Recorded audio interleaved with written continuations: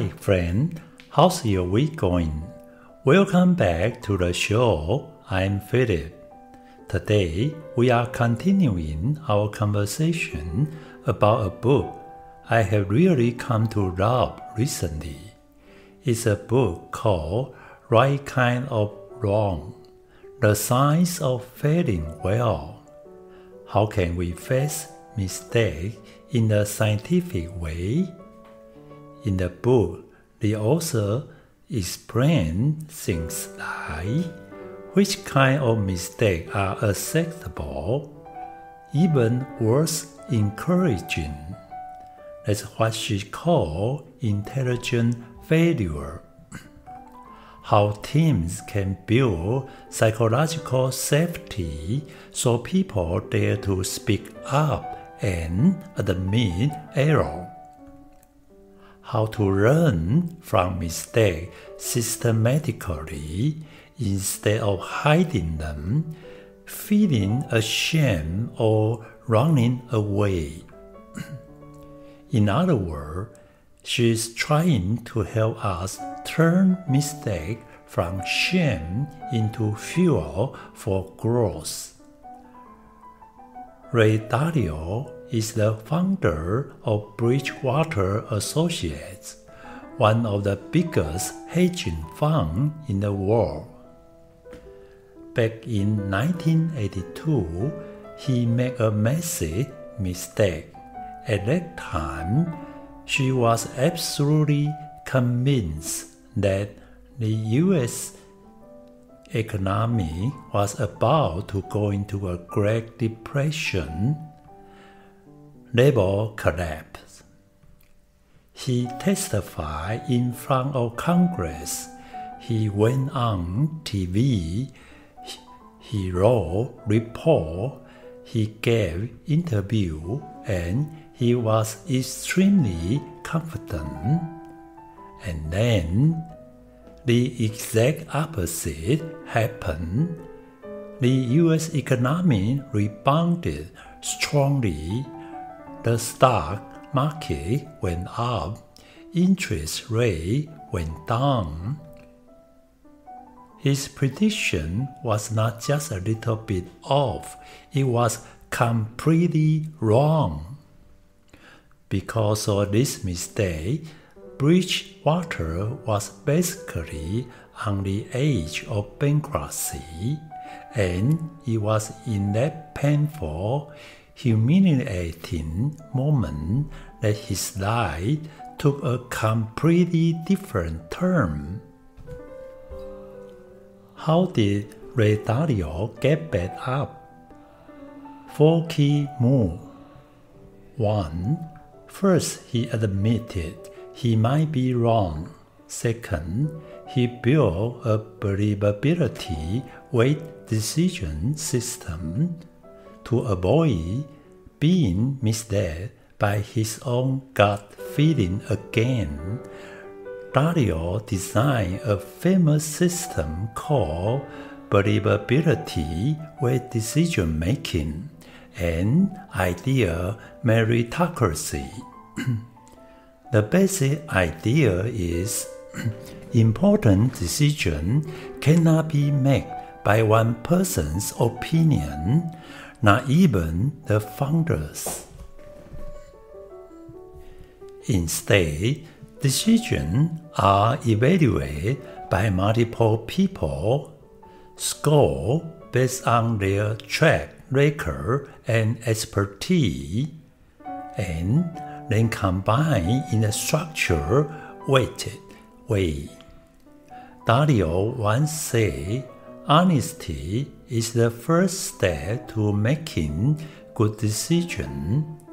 If people are not honest, mistakes stay hidden, and when mistakes stay hidden, the organization's judgment gets worse and worse over time. 4. 3 lessons we can take from Dalio's story. 1. Big mistakes can tear down our blind spots. If they collapse, had never happened, he might never have realized how dangerous his own confidence could be. 2. Growth is not about avoiding mistakes. Real growth looks more like this. Mistakes make reflection. Reflection make build a system. Build a system make avoid repeating the same mistake. It's not never fail, it's don't waste your failure. 3. Pain plus reflection equal progress. Dalio say, pain is your body and mind telling you, hey, something wrong here, pay attention. If you combine that pain with reflection, you grow. If you don't reflect, all you have left is pain. 5. Why are intelligent failures necessary? In Chapter 2 of the book, Amy Edmondson makes it very clear, if you want to grow, innovate, expand your life, then you must allow yourself to experience intelligent failures. Intelligent failures doesn't mean being careless or incompetent. It means you are willing to step into the unknown, and you design small, controlled experiments to gain new understanding. She said, intelligent failure is the basic cause of exploring the unknown. If you want new methods, new markets, new ways of living, then the first steps will almost certainly include some mistakes. But those mistakes are extremely valuable because they give you new data, new directions, new insights, and faster paths to the right answer. 6. 4 conditions of intelligent failure. Emerson lists 4 key elements. A failure only counts as intelligent if it fits these conditions. 1. You are exploring the unknown. There's no clear answer yet. For example, a new product, a new recipe, a new medical treatment, your first time trying a new sleep routine, your first attempt at a different way of talking to your kids. Number 2, you have a clear intention and a hypothesis. You are not just messing around. For example, if I eat dinner 1 hour earlier, my sleep might improve. If we shorten the meeting by 15 minutes, people might stay more focused. Number 3, it's small scale, low risk, and controllable. You start with a small test, not a drastic change. For example, try a new habit for 1 week, not for the rest of your life. Number 4, it brings back insight. You design it so you can learn something from it. That means you track what happens, write things down, compare before and after. Pay attention to feedback. Emerson says, an intelligent failure isn't really a failure. It's an action designed to collect information. 7. Two classic examples. Example 1. Drug clinical trial. Phase 1. Most Phase 1 drug trials fail. The drugs don't work as hoped, or the side effects are too strong, but every trial produces huge amounts of data. Those so-called failures are the foundation of medical progress. Example 2. SpaceX rocket test. In the early days, SpaceX rocket kept blowing up. It looked terrible from the outside, but after every explosion, the team collected tons of data, learned exactly what went wrong, made adjustments immediately. Because of that, they progress much faster than traditional aerospace organizations. Emerson said, teams that dare to make intelligent failure will always outgrow teams that only try to avoid mistakes. 8. How can you use intelligent failure in your life?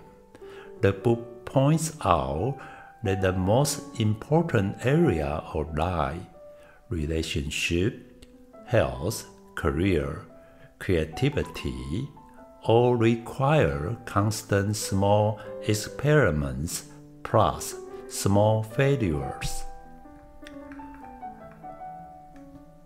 1. In family and relationships, try one small change in communication each week.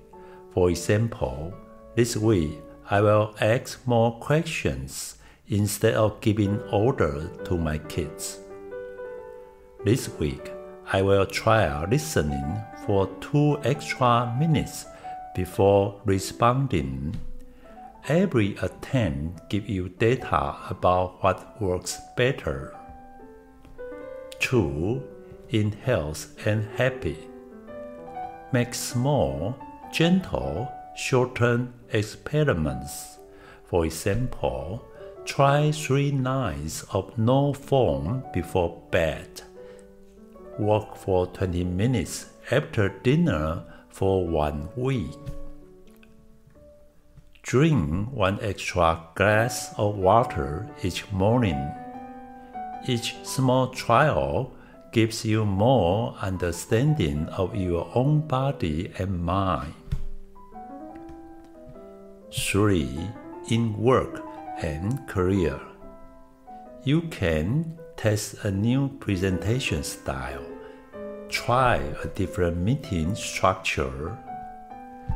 Collaborate with a new department once. Every small stumble at work can become a stepping stone if you reflect on it. The book suggests if you keep doing these small experiments for about 3 weeks, you will start to feel less pressure, faster growth, clear direction, and less fear of making mistakes. That's what I want to share with you today. I hope this episode helps you look at mistakes in a new way, not as proof that you are not good enough, but as part of the process of becoming wiser and stronger. If you enjoyed this, feel free to share it with a friend who's working hard but maybe a little afraid of failing right now. I'm Phillip. Thanks for listening, and I will see you next time.